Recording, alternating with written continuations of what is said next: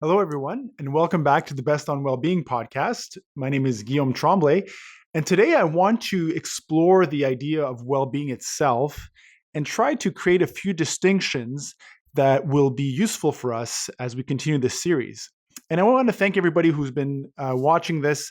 I want people to know that this content, I really deep down hope that it's really useful for folks and they can use it in their day-to-day lives. But I also want people to know that this is my own exploration, that this is a journey for my own, well-being, and that I really feel that we're kind of all in this journey together and moving in this direction of greater well-being. And so I thank everybody. This is a great opportunity for me as well to explore my own inner world as we go through this. So well-being, when we look at proper definitions in terms of textbooks and the sort of more acceptable common thing that we usually divide into two, called eudaimonic well-being and hedonic well-being.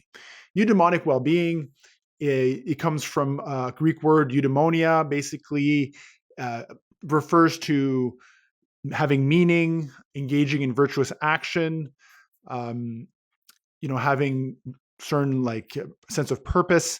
Those kinds of things refer to eudaimonic well-being. So let's say, for example, a couple of you and your friends get together for a fundraiser for a good cause, and it's busy, it's active, but everybody's feeling pretty good because of a sort of united sense of purpose. That we could say is more the eudaimonic. It's a way of looking at eudaimonic well-being.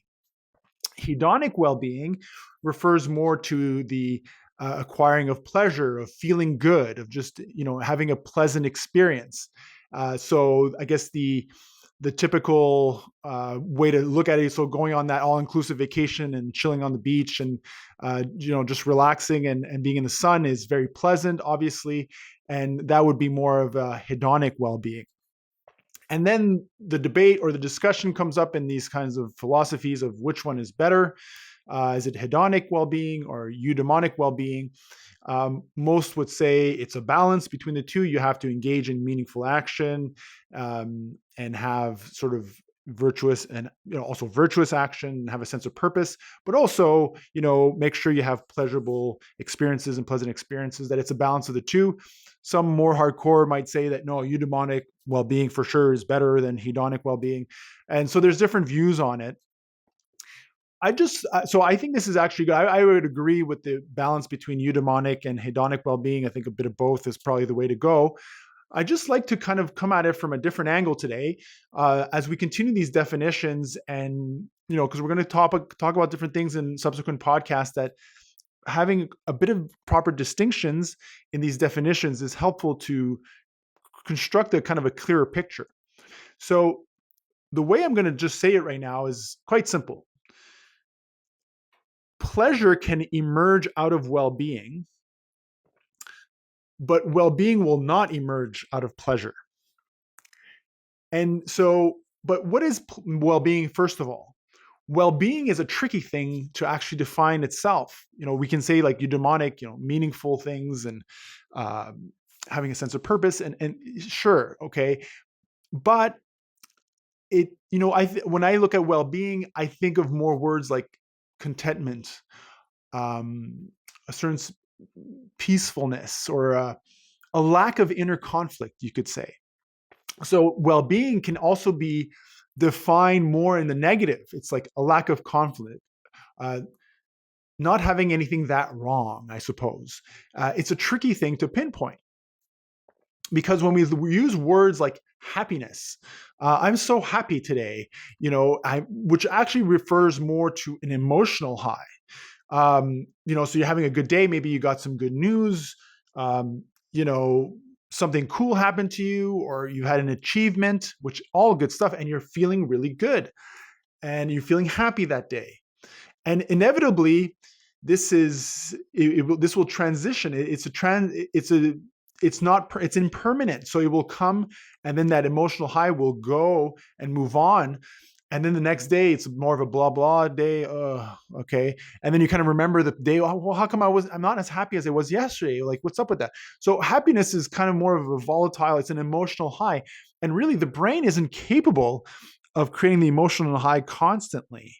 And so, so the word happiness is tricky. So well-being is more kind of a background sort of feeling, I suppose, or a backgroundness to our lives of having a bit of order and harmony in how we interface with our external lives and how we feel with our internal lives. That, when we think a certain way, we act consistently with that in our external lives, that tends to have a certain harmony that produces well-being.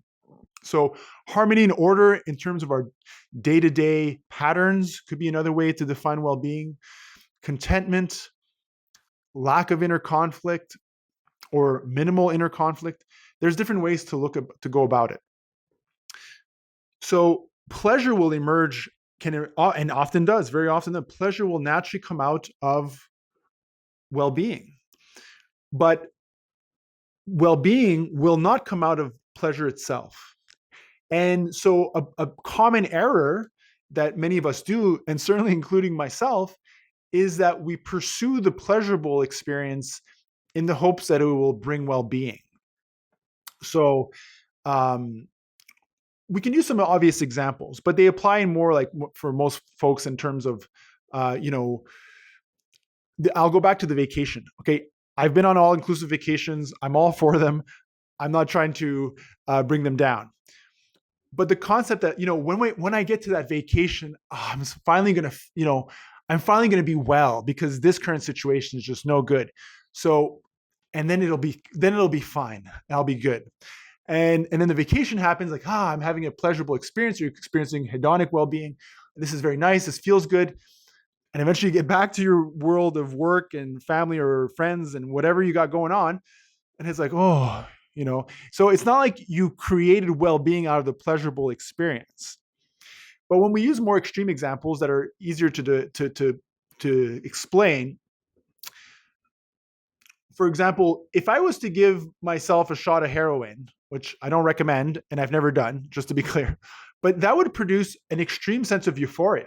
I would feel really good for a little while. Like everything feels perfect. I feel so happy. I'm feeling great right now. I feel my whole body feels relaxed. Life is good. I'm very happy right now. And eventually that would wear off and I would be depleted. My system, the overall system of, instead of calling myself a person, we'll call myself a system.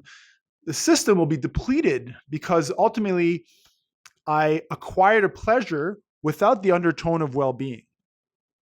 Whereas if I'm engaging in sort of virtuous action, for example, I go for a long walk with my dog. The dog needs it. I need it. It's a beautiful day. It's a good harmonious action. I'm engaged in it. And I go for that long walk or I go for a little jog or whatever physical activity that people like to do. And then I come back, I got a nice little feeling, coming out of it. So because there was an undertone, so endorphins are very similar actually molecularly to heroin, but the pleasure is coming out of an undertone of well-being. And so the pleasure will come, a little buzz. Ooh, that was really nice. I feel really good right now. And it'll pass. That pleasant pleasure, that feeling good will pass again. But it won't weaken the system because it emerged out of well-being. Another example is for like sexual pleasure is an easy example as well. There are many ways to acquire sexual pleasure, particularly for men, pornography, or for anybody, I suppose, promiscuous sex or, prostitution. So there's many ways to acquire, the sexual pleasure. But in all these instances, when the pleasure has been experienced and it comes and goes, the system will be weakened. Someone who sleeps with a prostitute right after it's done is likely to feel even more lonely or a sense of shame or all these feelings that diminish well-being. Whereas if you take an intimate couple that practice good communication, that understand each other's limits and respect each other's boundaries and engage in harmonious activity with each other, which is not easy and takes discipline and repetition and effort, but produces a sense of well-being in the couple, well, then when sexual pleasure happens in that couple, it emerges out of well-being. and does not deplete the system. It does not weaken the system. So the very simple principle here is that pleasure can and often will emerge out of well-being, but well-being will never emerge from pleasure itself. And our task is to align our day-to-day lives with that which produces a sense of harmony and order, a reduction of inner conflict, having a little bit of that background that's pretty chill. And within, below the surface, there's a certain chillness to it. And on the surface, sometimes there's discomfort, sometimes there's pleasure, sometimes there's not great days, sometimes there's okay days, but there's a kind of harmonious background.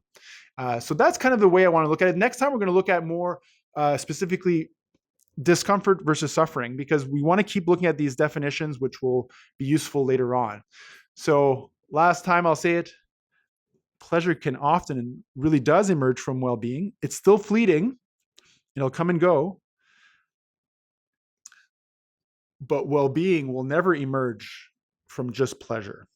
So I hope you have a good day, folks. We'll catch you next time as we keep journeying towards greater well-being together. Thank you.